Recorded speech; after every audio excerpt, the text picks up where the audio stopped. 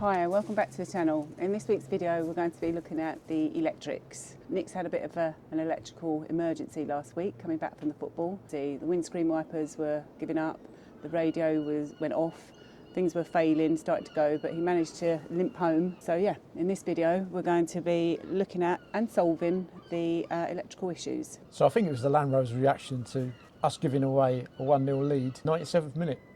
That was pretty mint. And I think the Land Rover just gave up on the way home. But now we've got to look at it and solve it. Yep. And I'm going to make the tea. Oh yeah? That's an offer. I'll take that one up. Hi. We're Nick and Joe, and we're on a journey to retirement and a life of full-time travel. Overlanding is our passion, and we've driven and owned a succession of Land Rovers over the last 40 years. For the last 20 years, our Project Land Rover has been our mercurial 1989 110 station wagon.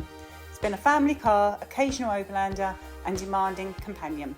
Come along with us and our perfectly imperfect Land Rover as we get ready to hit the road for full-time travel. The problem we have is, it's not that I don't think the battery's holding charge, because I've had to charge it up since then to get to work. I don't think we've got a consistent voltage and current coming into the battery to keep it topped up. So I've charged this up overnight, and unless it's dropped in the last few minutes, it's holding 12.4. So that's 12.4 at the battery terminals, which should also at this point be 12.4 at the alternator.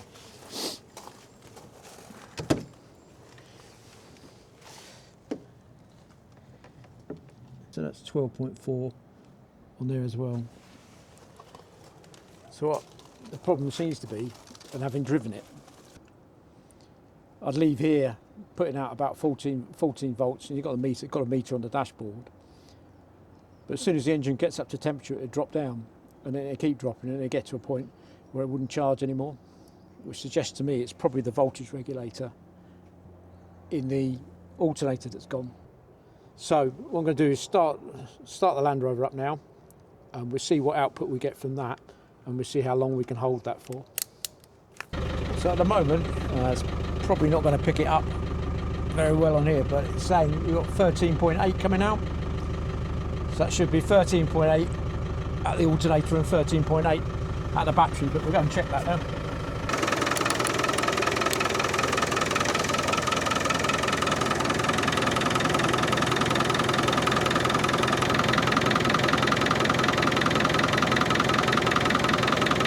Saying 14.2 at the moment, which should seem about right.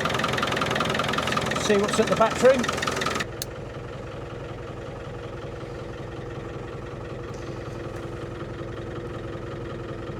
Right, so we've got 14.1 at the battery, so at the moment that's dropping, what, only 0.1 of a volt, so that's good. So let's leave that running for a bit and we'll see what happens once the engine warms up. So I'm just taking her out for a quick spin, see if we can get heated up a bit quicker. Already the voltage on the little meter at the front is going between 12.1 and 11.8. Usually I get about 10 minutes into my journey in the morning when it's dark and I've got the lights on, and at the moment the windscreen wipers, which I've just got to put on again now, and the heater, and about 10 minutes into the journey I'm below 12 volts and she's not charging. I don't think it's the fan belt or the auxiliary drive belt. I don't think that's the problem. I think we've got a fairly reasonable belt there. I will change it anyway, but I don't think we've got slippage, which could be a problem. You know, it could be holding on the alternator at one point and then slipping as we heat up. I don't think that's the problem. And we're down to 11.8 now, pretty constant. So I'll just take it for a little drive round and then we'll go back, park up, and we'll see what the alternator's putting out back on the drive. So that's us back from that short drive. Looking at the meter on the dash, not sure if you can see it, but that's saying 11.1. Now, that could be a faulty battery, I suppose, but I would expect the alternator current to be fairly stable, so I'll be seeing above 12 volts, because that would in effect be measuring the charging rate that's going into the battery. So I suspect if I go and do a voltage check on the alternator now, we'll see it's pumping out less than the 13.2 volts it was when we started. So let's go and have a look at that.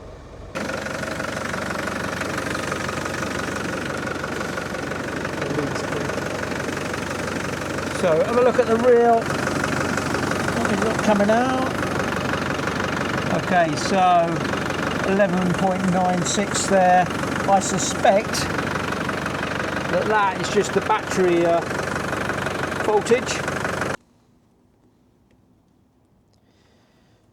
Yeah, so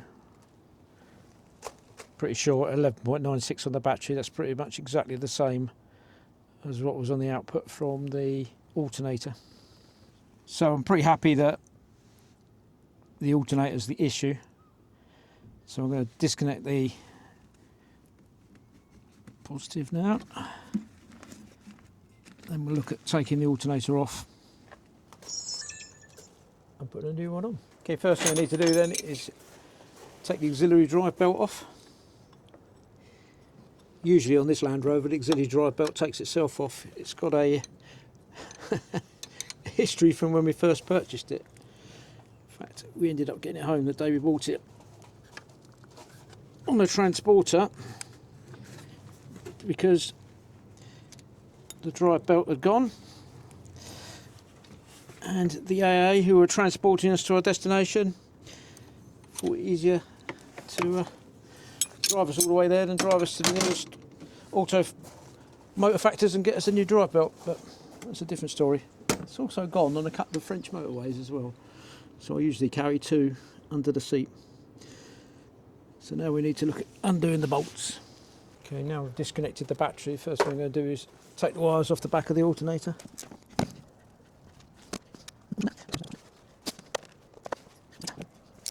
There's only two wires on the back of this alternator because we don't have a rev counter in the Land Rover. The third wire would go to that. I'm noticing there's a fair amount of oil around there, so that might be a worrying indication that we've got oil coming from somewhere.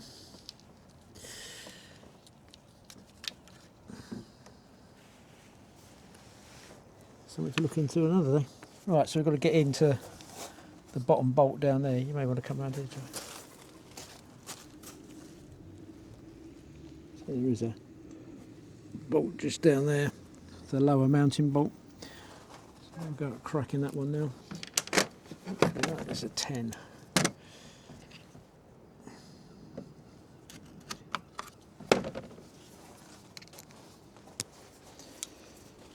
It's a bit fiddly when it's stuck in front of the engine.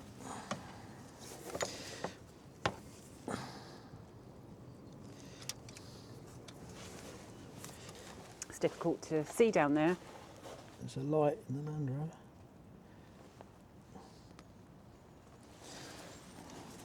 It's difficult to reach down there.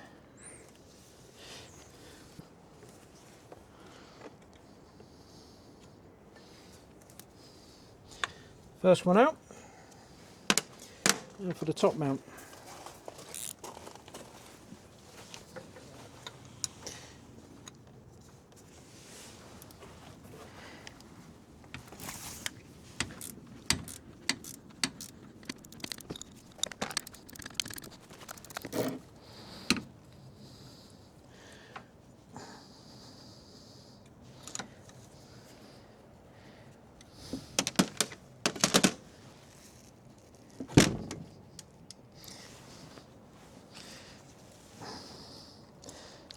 It's actually coming out easier than I thought it would. It is? Yeah.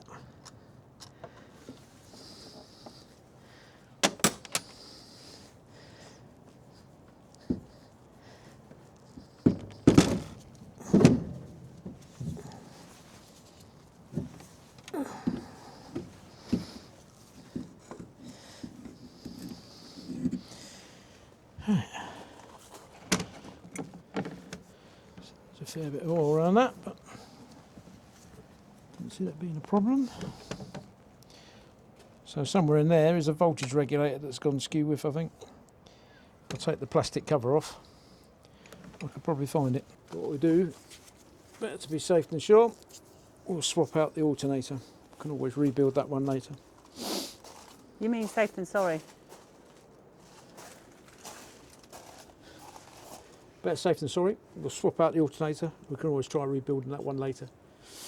I've got plans for a second alternator, so we'll see how that goes. Tidy workman. Just end up losing bits now.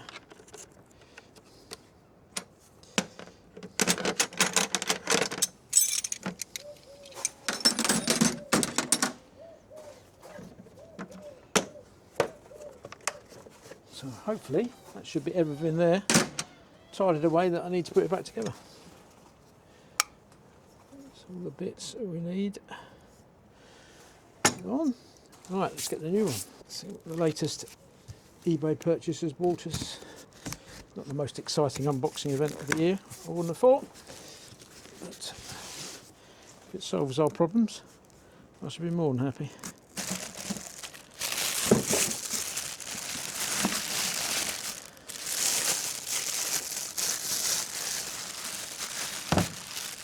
Interesting. Little cover. The front of Shiniest piece of equipment we've got on the landing. Yeah. Right. Let's whip that cover off and check the terminals.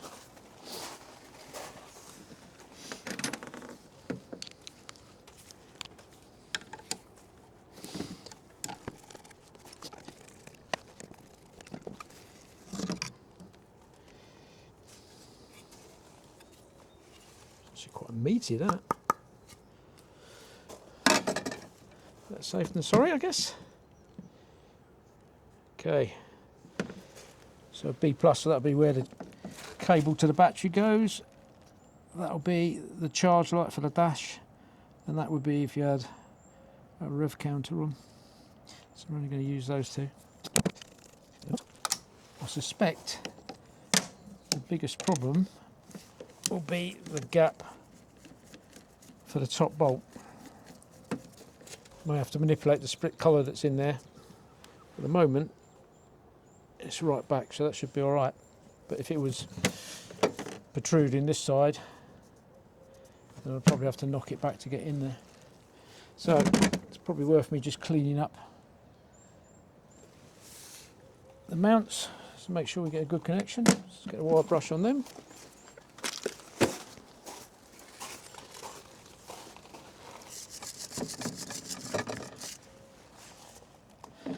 Slurp of tea. It's getting a bit cold.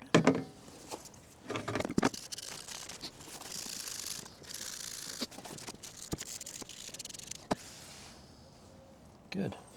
Right, let's go for a test fit. See if that fits up in there.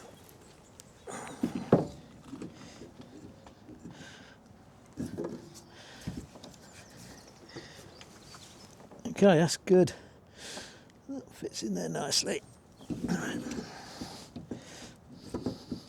Back out of it. Get a bit of copperies on that. Anti-seize.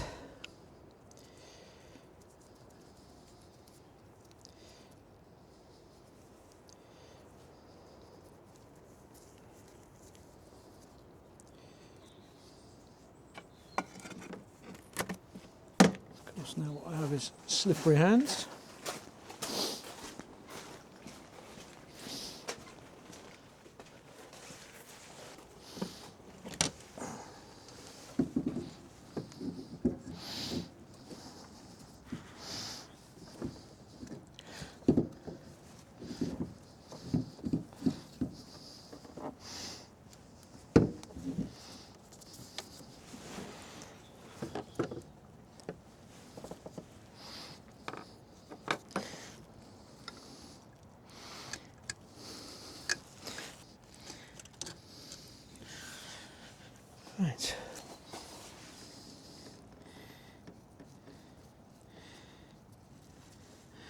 So as it tightens up, it will pull that collar in and tie it against the mounting bracket. Copper slip on the bottom one.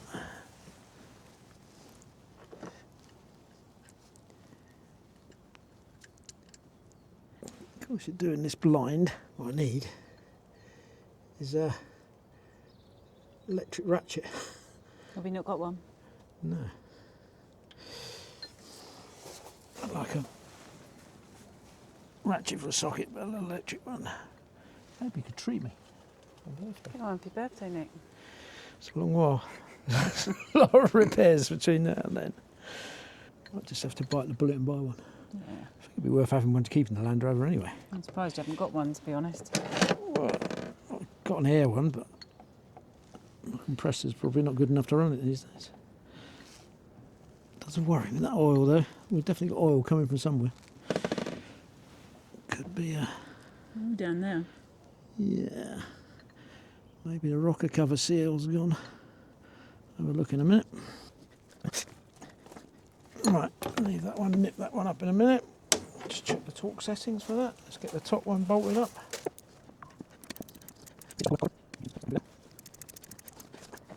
Okay, just going to check the torque for those, and then I'll come and torque them up. Right, so they are both 25 Newton meters. There you go. This doesn't seem like a lot. Bottom one might be more interesting to get to.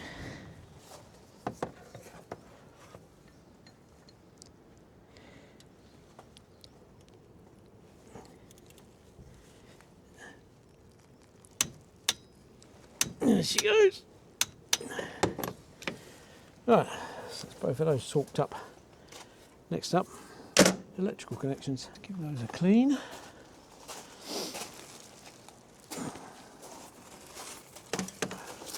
I suppose at least that cover will protect them from any oil drips or anything like that, which is good.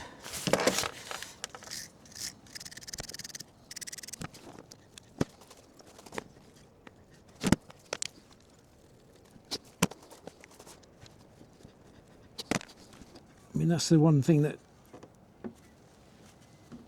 never happened, was the charge light never came on the dashboard, which is what tells me the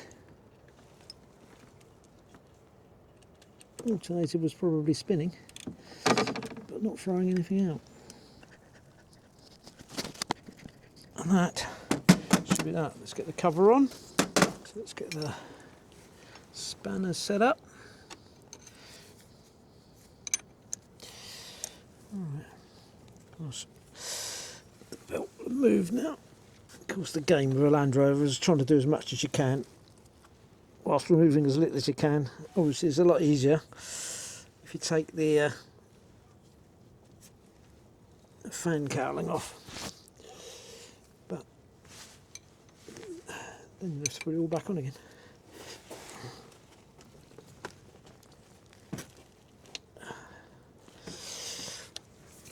Visual check. It's all on.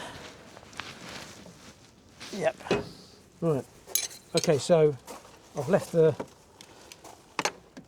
this cover off, so I can get in and check the output from there. So we'll put that on in a minute. Let's go for a start up.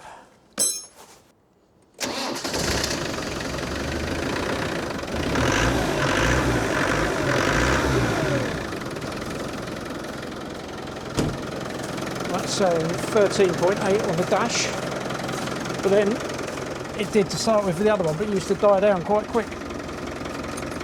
So let's have a... I think along with my electric ratchet I probably need a new voltmeter.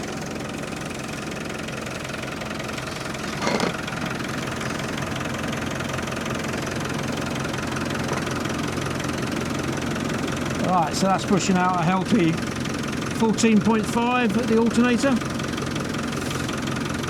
which is what it should be. And let's have a look, see what's coming to the battery, see what the drop is between the two. Because now we check at the battery and see if there's a drop. So we've got 14.3, so we're dropping what, 0.2, just under 0.2 of a volt Let's see if I can between see the two, so that's not bad really. So that should be charging. So I think the thing is, take it out for another little spin, have a cup of tea first, and then we can see whether it drops again. But hopefully that's the job done. So that's the cover back on, well, not in place. I had to move the wiring harness a little bit because it couldn't come out the top where it was coming before, so I've just pulled that round, make sure it's in place. But I think that cover will actually stop dirt and dust getting on the terminals. I've had a quick strip down of this one. I'm not going to go much further at the moment. That's the voltage regulator there, so I think that's where the fault is, but I'll have to strip that out and see if maybe I'll get a replacement, because I have got a mind to put a second alternator onto the top of the engine in the space where the air conditioning compressor would go, and maybe use that for charging the leisure battery later on. But that's one to see. We'll what we do now is we'll take it for a drive, see if it keeps constant charge, and then maybe check the power in the battery when we get back and the voltage in the battery, see if that's picked up. So I'll take it out for about 15 minutes. Okay, catch you in a minute. So we've been out for about 15-20 minutes just to get the engine up to temperature, so it's up there now. Been on a kind of a similar sort of distance where I'd normally expect it to fail, which it has failed on my journeys to work last week, but we've hovered between 13.8 and 14.2 on probably a not very accurate meter in here. It has been consistent, it's not dropped down excessively like it was doing before, so I think that is probably a fix there. What I would like to do, or what I will do when I park up, is I'm going to jump out and just check what the voltage is of the battery, see if we've charged that up any while we've been out and about. So we'll do that in a second. Let's see what we've got here. Okay, so that's 12.7. So I think when we initially checked this, it was 11.7, so it's definitely charging now, so that's a relief. It means that the battery's not knackered as well. So I think we've got some success there. So that's a successful outcome. It's always a bit risky when you're trying to diagnose something on the hoof and then order parts because you're trying to use your vehicle as a daily driver. So it could have been that I ordered that new alternator and instead it was the battery that may have been at fault. But the diagnosis looks like it's pretty correct. Well, it was correct. And we've got a new alternator installed. So what I've got to do now is see if I can change the voltage regulator in the other alternator, and then we'll see if we can do that install on the top of the engine and use that to provide power to the leisure battery. So hopefully all's well that ends well. See you in the next one. Thanks for all your likes and subscribes and the comments in the most recent videos. There's been some really useful recommendations coming in on YouTube, in the comments, and in some of our social media channels. So that's really great to know that people are taking an interest in what we do. So thanks for that, and keep it coming. And I look forward to seeing you in the next video. All the best. Cheers for now.